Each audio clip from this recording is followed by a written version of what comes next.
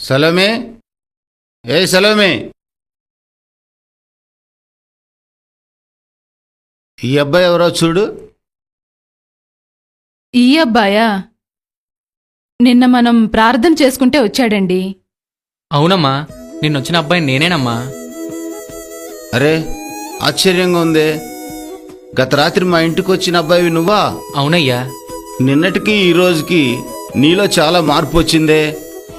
నీ ముఖం ఇంత ప్రకాశంగా ఉందే, కారణం ఏంటి? ఏం జరిగింది బాబు? నేను నిన్న ఇక్కడికి వచ్చి వెళ్తున్నప్పుడు ఒక ప్రకాశమైన వెలుగుని నేను చూశాను. అప్పుడు నాలో ఉన్న భారం అంతా తొలగిపోయి ఇప్పుడు నాకు నెమ్మది కలిగిందయ్యా. చాలా సంతోషంగా ఉంది బాబు.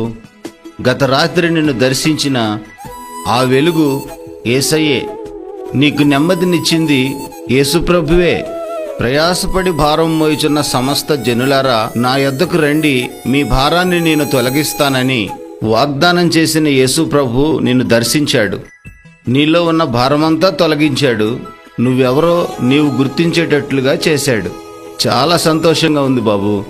ప్రభువు నిన్ను దర్శించినందుకు నేను ఆయన్ని స్తుతిస్తున్నాను. నువ్వు ఇక మీదట ఆయన్ను వెంబడించాలి. ఎందుకంటే నశించిన దాన్ని వెతకి రక్షించడానికి ఆయన ఈ లోకానికి వచ్చాడు. నీవు గాని నేను గాని ఎవ్వరూ నశించిపోవడం ఆయనకి ఇష్టం లేదు. ఆయన నిన్ను ప్రేమిస్తున్నాడు. ఈ రోజు మేము చర్చికి వెళ్తున్నాం. మాతో పాటు నువ్వు కూడా వస్తావా? అవును, వస్తానయ్యా. సలమే, ఒక బైబిల్ తీసుకురా. అలాగేనండి.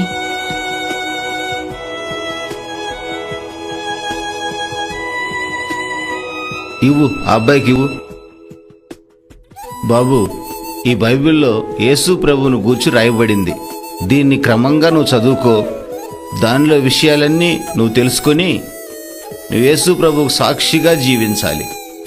యేసు ప్రభువుని పూర్తిగా నువ్వు హత్తుకోవాలి. అప్పుడు ఆయన నిన్ను బహుగా ఆశీర్వదిస్తాడు. మరి చర్చికి బయలుదేరదామా? సరేనయ్యా.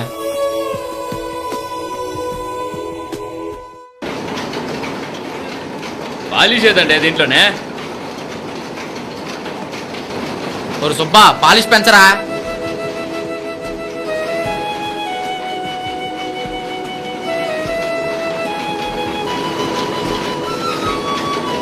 ఏసన్నా, పని చూస్తుండు. రే, ఇటు వచ్చి దీన్ని గమనించరా. అట్టగేనండి. ఇప్పుడు ఎట్టున్నాయిరా? చూడు, సరిగ్గా వస్తున్నాయా?